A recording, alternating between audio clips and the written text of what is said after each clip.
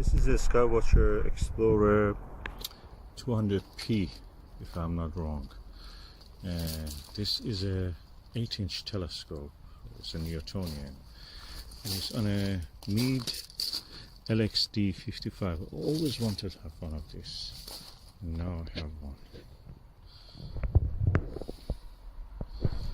And I'm using a angel's eyes or angelfish, something like that. Moonfish, yeah. Moonfish wide angle eyepiece, 32mm. With a Skywatcher 50mm right angle.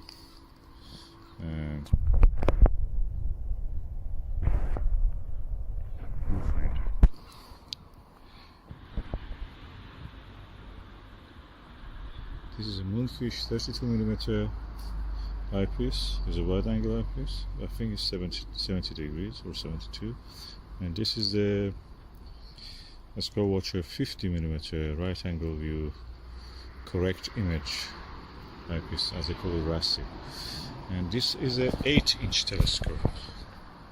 It's ultimate, lovely equatorial mounted telescope.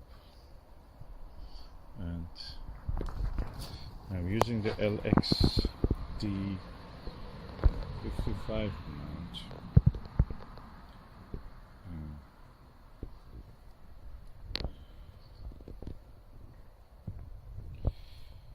And also there is a control for that. This is a auto guider cable. It's the first time I'm using such a telescope on an equatorial mount. I had a Celestron N8, I think, yes, which is very similar to this. And I'm using also some counterweight from the another XLT Celestron, which is this CG4 only XLT. Of course, the most important thing when you do use a Newtonian and equatorial mount is the telescope balance. So you have to first make sure that your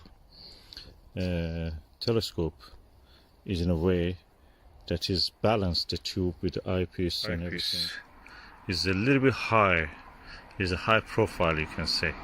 PDS ones, I think the Skywatcher PDS ones are a little bit low profile. That's better for this astrophotography if you want to do.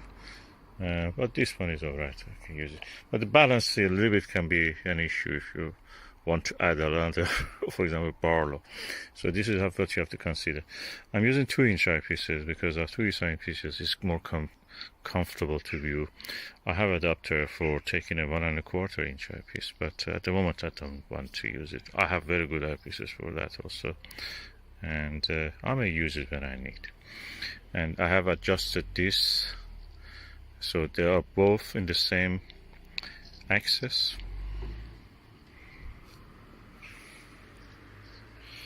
The telescope I'm showing you is a diameter 200mm, that is 8-inch, a focal length 1000mm, and that makes the 1000mm divided by 200 will be the F ratio. That means 5. This is a quite fast telescope, so it means you have a good wide field of view. I'm looking forward to look at something when it comes up. And yeah, it's my dream coming true. Skywatcher 8-inch Newtonian. I'm looking forward to use this. And if you don't balance the telescope in the dark, either this side or that side will come to you. That will hit your eye, nose, face, and this will hit your crotch. Depending if you're a male or female, the level of the pain will differ. So be careful. Balance your Newtonian telescope on the equatorial mount. If you don't have this problem, get a Dobsonian. But Dobsonians are now not available everywhere, because of the COVID. everywhere Dapsonians are sold, China cannot provide as much Dapsonian as it could before the COVID, so you have to be patient. If you get a second-hand gear, grab it. And the view, I can say that is inferior to the refractor, but superior to the SCT. Contrast is better than SCT, but lower than the what you can see through a refractor, like the Star Wave or Lyra F11 102 millimeter. Those are planet killer. You can see so many details. This one is not as good as that, but it's better than SCT Schmidt-Cassegrain telescopes like Meade or Celestron. The reason is that the image on those ones look actually a bit washed out for the planets, but this one is very clear. Contrast is good. The south equatorial belt is very, dark brown, near red, and beautiful. But you cannot see more belts, as you see 2-3 belts, but those bands around the Jupiter, atmospheric bands. But with the refractor in this condition, you can see much more better, far more details. But with the refractor, they're hopeless with the things like the deepest object, or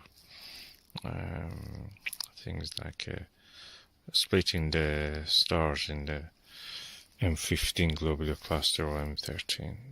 The aperture is not enough. But these ones, you can see. In M15 I didn't see any details, but M13 shows some stars. It starts to resolve. Anyway, very nice.